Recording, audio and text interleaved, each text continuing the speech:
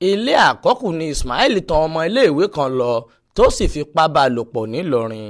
ilé-ẹjọ́ májísírèètì kan tó fìlú Ìlọrin ṣe bùjókòó ti pàṣẹ pé kí wọ́n ju Birikila kan Ibrahim Ismail ẹni ọdún 25 sọ́gbà ẹ̀wọ̀n Òkè-Kúra fẹ̀sùn pé ó fipá bá ọmọléèwé ẹni ọdún 15 lò pọ̀ níbi ilé àkọ́kù kan nílùú Ìlọrin. lẹ́yìn tó tàn án lọ síbẹ̀, agbèfọ́ba Gbẹ́ngà Àyẹni sọ fún kóòtù pé lásìkò tí akẹ́kọ̀ọ́ náà tí wọ́n forúkọ bò láṣìírí ń bọ̀ láti iléèwé ni Ismail dá lọ́nà, ó tàn án lọ sí ilé àkọ́kù kan, ó sì fi tipátipá bá a lò pọ̀. adájọ́ fi Ismail àti ẹnìkejì rẹ̀ Abdulrasheed Yusuf sí ọgbà ẹ̀wọ̀n torí pé Yusuf wà níbẹ̀ nígbà tí Ismail ṣiṣẹ́ aburú náà tí kò sì dá lẹ́kun.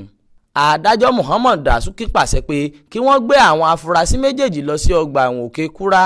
ó sún ìgbẹ́jọ́ sí ọjọ́ 21 oṣù kejì ọdún 2023. Ibrahim Alágúnmu ló ṣàkójọpọ̀ ròyìn fún iléeṣẹ́ tẹlifíṣàn Aláròyé online. Ismail Adéẹ̀yọ̀ ló kà á sétígbọ̀ọ́ yín.